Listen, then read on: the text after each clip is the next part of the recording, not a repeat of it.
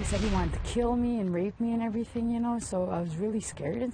Tonight, there were hopes things would improve since the death of Tina Fontaine, but exploitation on the streets of Winnipeg is actually getting worse. There are a lot of disturbing allegations of sexual violence that occurred in northern Manitoba. Hydro development, man camps, and its impact on Indigenous women and girls. They're acting as if it's regular garbage, but they're not. They are undead garbage. And the protest carries on over plans to bury more nuclear waste.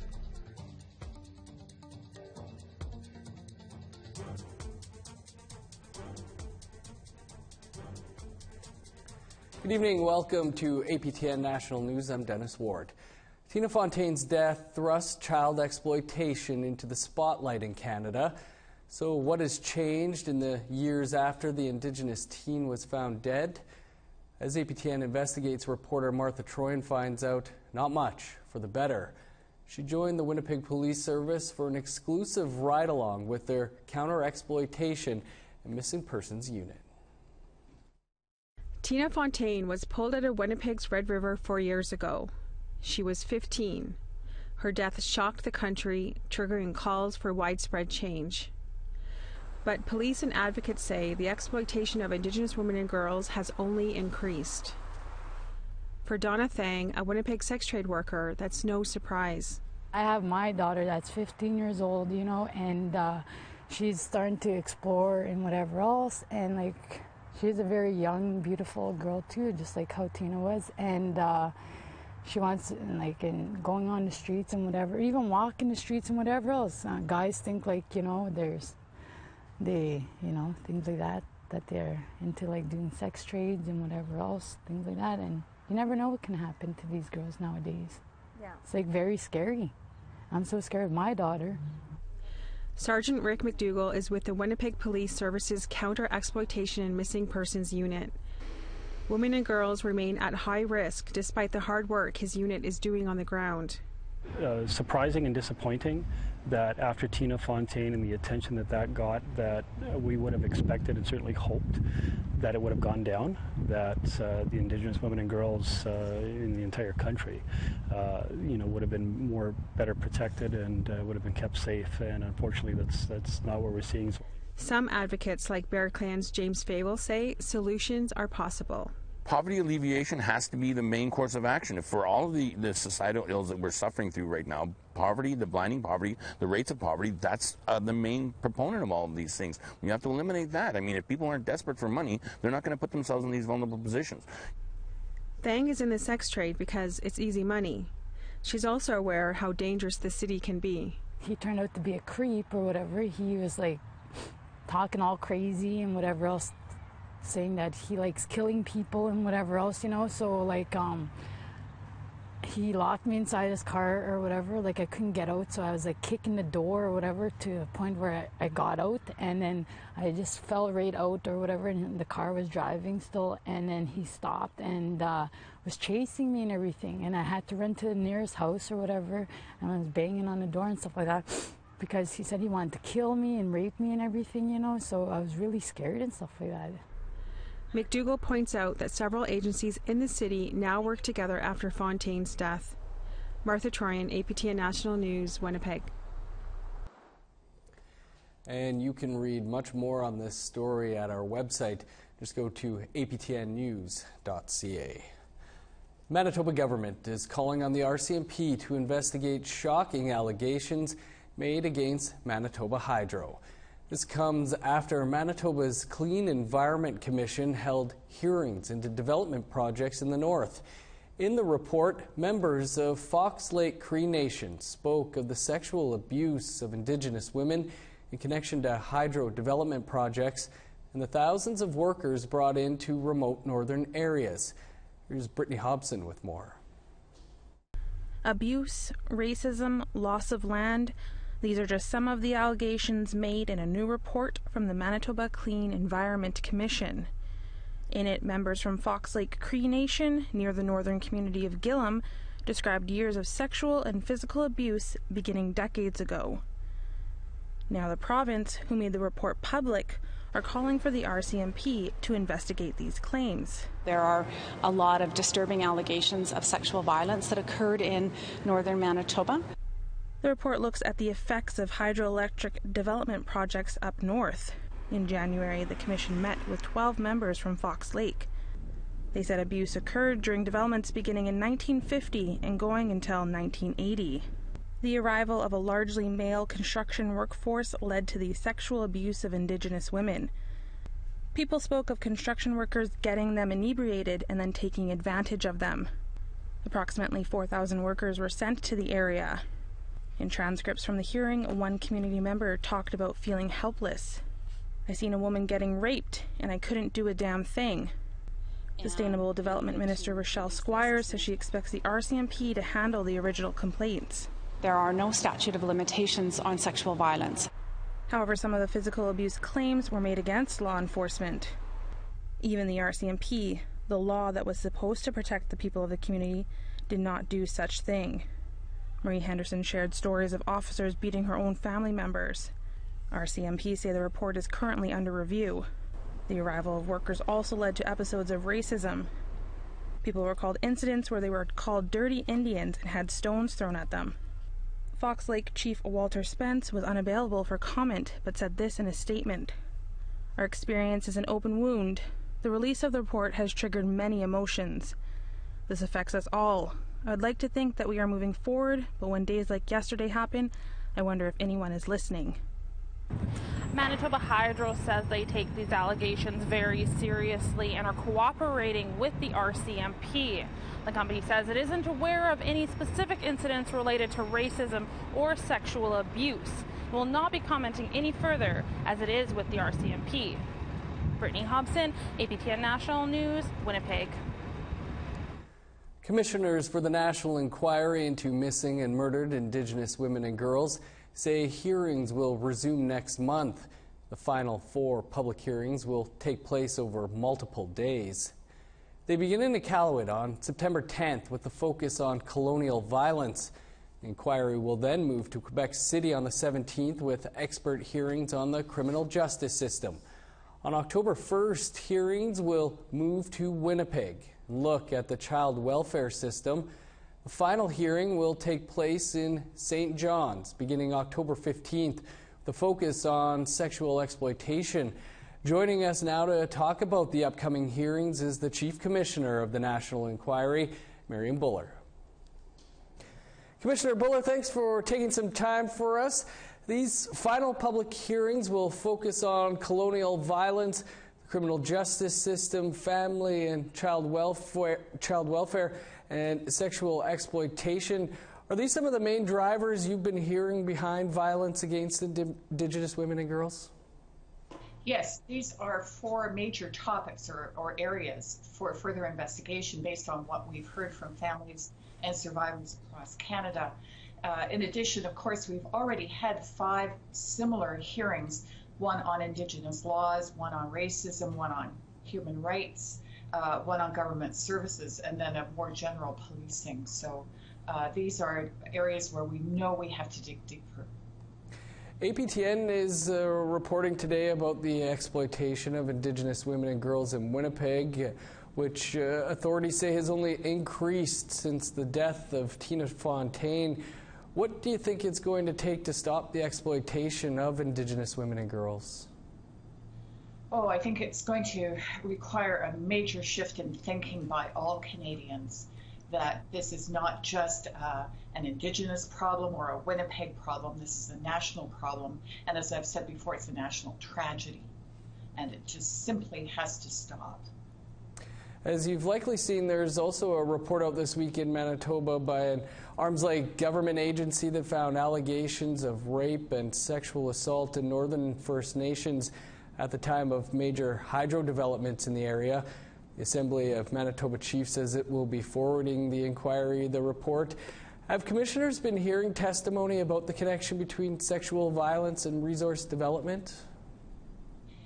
Yes, we've heard from people all across Canada about the increase in violence against Indigenous women when there are what's commonly called man camps established in a community where there have been large numbers of transient workers, for example. This is something we've heard time and time again across Canada. The final hearings are scheduled to wrap up on October 18th. What will yourself, the other commissioners, be working on after that?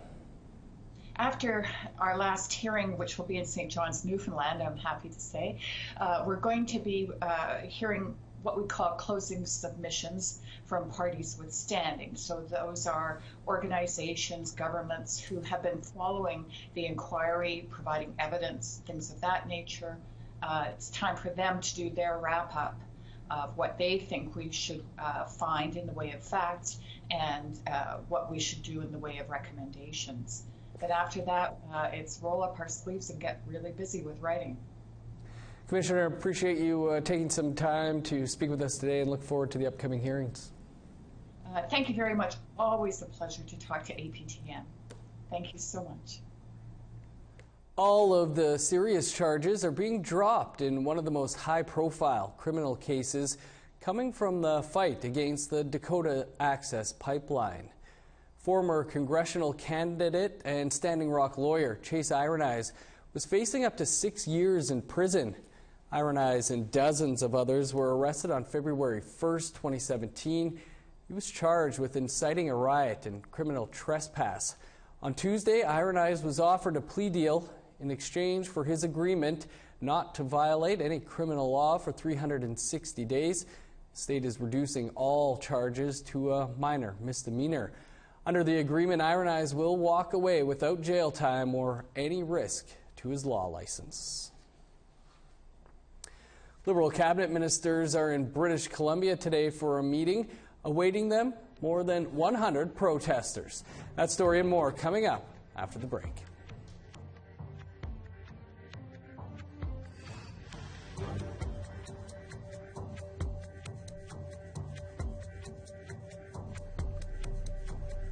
Here's a look at Thursday's weather forecast starting on the East Coast. 23 and sunny in Charlottetown and Halifax. 9 with rain in Nain. Rain and 19 in Happy Valley, Goose Bay. 25 under the sun in Montreal. 26 and sunny in Val-d'Or.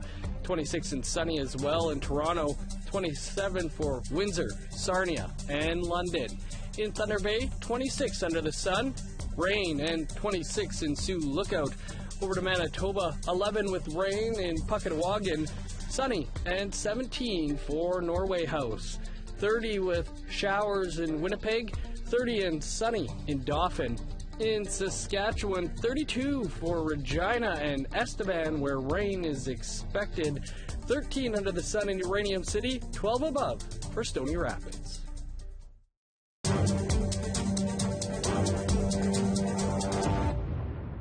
Welcome back. Protesters walked around a downtown Ottawa block several times this morning.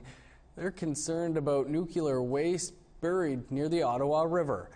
But as APTN's Todd Lamoran reports, that's the plan being put forward, and protesters are treating it like a horror show. About 50 people gathered to make their thoughts known on burying low-level nuclear waste. They're acting as if it's regular garbage, but they're not. They are undead garbage.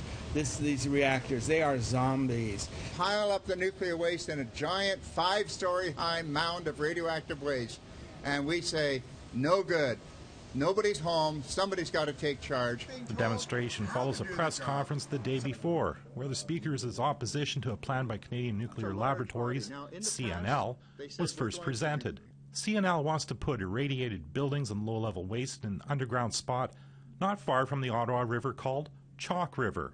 Water is life. L'eau, c'est la vie. I could just put the mic down right now. Patrick Nadeau says these projects come with many risks. And we are concerned as citizens. We want to make sure our elected officials are taking this seriously and that Canada as a whole has policies to deal with these types of projects. This building looming over the speakers is where CNL met with the Canadian Nuclear Safety Commission to sell them on the Chalk River waste disposal plan. A spokesperson told APTN that CNL will carefully monitor the site for 200 years. I hope everything gets rejected. Kevin Daniels has serious doubts about Chalk River. And I think all Ottawa citizens, as far down the Ottawa River to all Montreal citizens, everybody living along this river should be very, very concerned for their health and their future and their future generations. The reality is we haven't been long enough to be able to guarantee, neither us nor CNL, that there's no risks for the next hundreds and thousands of years.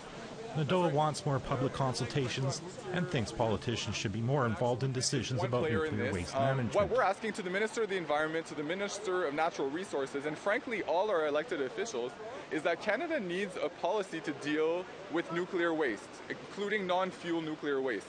In a statement to APTN, the Department of Natural Resources said waste owners are making good progress in advancing proposals for the long-term management of their radioactive wastes.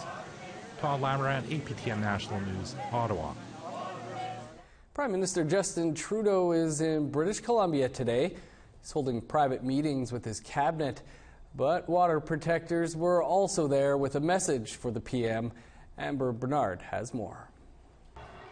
Today, we're here in Nanaimo, British Columbia, where over 100 water protectors are gathered outside the Vancouver Island Convention Centre. It's also where Prime Minister Justin Trudeau and his cabinet are meeting. And water protectors are urging Trudeau's government to stop the Trans Mountain pipeline. Justin Trudeau knows that people don't want to have this pipeline, but he needs to see it everywhere he goes. I think the message we want to send is that we're not going to let him have some free time in British Columbia while he's trying to push a pipeline through and just get to enjoy without having to face his constituents, the citizens of who he purports to be in the public interest of when we're saying no to this pipeline. We want to let him know. A part of the agenda at today's cabinet meeting are the BC wildfires. British Columbia is currently under a state of emergency, and water protectors are blaming climate change. And they want the federal government to reduce our fossil fuel contributions, starting with the pipeline. It's ludicrous to think that on part of the judgment of the federal Liberal government that they would go ahead and purchase a pipeline, considering especially with all of these fires that are happening, and also with the seismic activity that happens around here. Justin Trudeau is expected to be in Prince George tomorrow to meet with wildfire fighters and evacuees. Amber Bernard, APTN National News, Nanaimo. Time for another quick break, and then we'll check in on the Quebec inquiry. Stick around.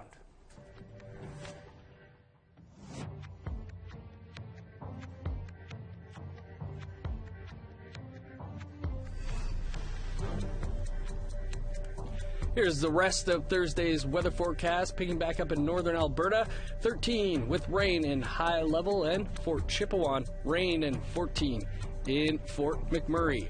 33 under the sun in Medicine Hat, 31 with smoke in Lethbridge. Over to British Columbia, 20 in rain in Campbell River, 20 under the sun in Vancouver and Victoria. Rain in Fort Nelson and a high of 12, smoke, and 21 in Prince George. In Yukon, 14 in Dawson, rain and 15 in Mayo, partly sunny and 18 in Whitehorse. In the NWT, 13 for Wrigley, Fort Liard, and Trout Lake, where showers are expected. 0 for Sax Harbor, +4 with sun in Pawatuck, 10 in Colville Lake. In Nunavut, 10 under the sun in Whale Cove and Baker Lake, 3 above in Cambridge Bay. +4 with rain in Clyde River, +1 under the sun in Resolute.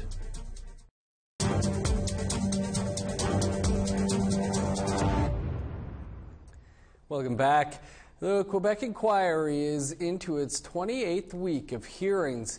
Today's testimony focused on homelessness. Jesse Thistle is a Métis Cree from Saskatchewan. He's a survivor of the streets, justice system, and addictions. Thistle is now a PhD history student at York University. He's working on theories of intergenerational and historic trauma of the Métis people. He testified about his experience to help others overcome their trauma. For the first time in my life, I am not afraid. I know my family, I know our history, and am no longer filled with a deep rage or resentful of the past. I have come in my own little way to forgive history, and in doing so, I have found personal freedom. It is in this way that I have used archives as good medicine, and I strongly urge other children of colonialism to do the same. The school year has already started in parts of Nunavut, but in some grades a teacher shortage has kids sitting at home while their peers go to school. Our Ken Driscoll talked to Nunavut's education minister to find out what the territory can do about the lack of teachers. A teacher shortage in Nunavut has delayed the start of the school year for some. One example, in Igloolik, grades 5, 6, and 7 haven't started yet because there's no one to teach them. So right now we're short. There's 64 vacancies across the territory, and a bulk of that, 43 of them are in the Baffin region. This is an annual problem for Nunavut. Every year Nunavut scrambles to fill teaching spots late into the summer. Nunavut has over 700 teaching employees. That includes principals, vice principals, and support staff. Now, to deal with the teacher shortage, some of those administrators will be sent to a classroom. It might mean some principals, vice principals, or student support teachers, learning coaches that are not necessarily assigned instructional classroom time. They might, on their interim basis, fill in until such a time that we fill those vacancies. But why? Nunavut has Canada's second highest teacher salary, with bonuses and housing attached. That housing is one of the problems. Like all housing in Nunavut, it's hard to come by, even when you're supposed to receive it with your job. You have to share. I'd say it's hard for people to sign up to a room with a stranger, but that's the reality of how our working conditions. Some teachers have to work with their colleagues, but also at the same time live with them. Low attendance and a high dropout rate already plague Nunavut schools. Nunavut also has Canada's youngest and fastest growing population, and for the foreseeable future, that young population will be seeing crowded classrooms, administrators teaching, and the start of class delayed, which makes dealing with the attendance and dropout rates even more difficult. Ken Driscoll, APTN National News, Iqaluit. With more than 630 First Nations, 2 Métis and 4 Inuit territories spread out over thousands of kilometers, APTN News is bringing everyone just a little closer. We've partnered with Google to present Google Bulletin. It's your gateway to write about anything that's happening in your community. Just contact us and we'll send you a unique code. The rest is up to you. Post pictures, write a story, or report about anything you want. Google Bulletin puts the news in your hands, and all you need is a smartphone. Here's how to get your unique code. Email your name and community to bulletin@aptn.ca. Go to our website, aptnnews.ca/bulletin. And that's your APTN National News for this Wednesday. For more, including much more on the story on exploitation in Winnipeg, visit our website, aptnnews.ca. I'm Dennis Ward. Have a great night. We'll see you back here tomorrow.